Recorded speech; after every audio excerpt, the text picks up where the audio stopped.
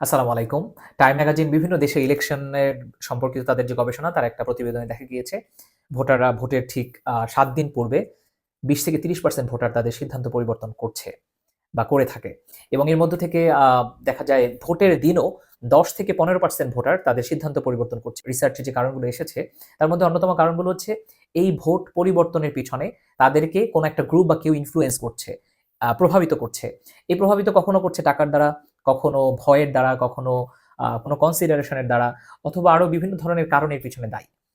আমাদের সামনে নির্বাচন আসছে এবং আমরা একজন ভোটার।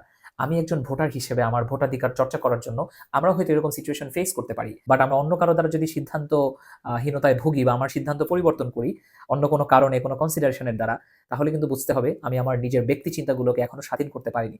এবং আমি আমার ব্যক্তি চিন্তাগুলোকে যদি স্বাধীন হিসেবে প্রকাশ না করতে পারি, তাহলে কিন্তু I am not an independent person.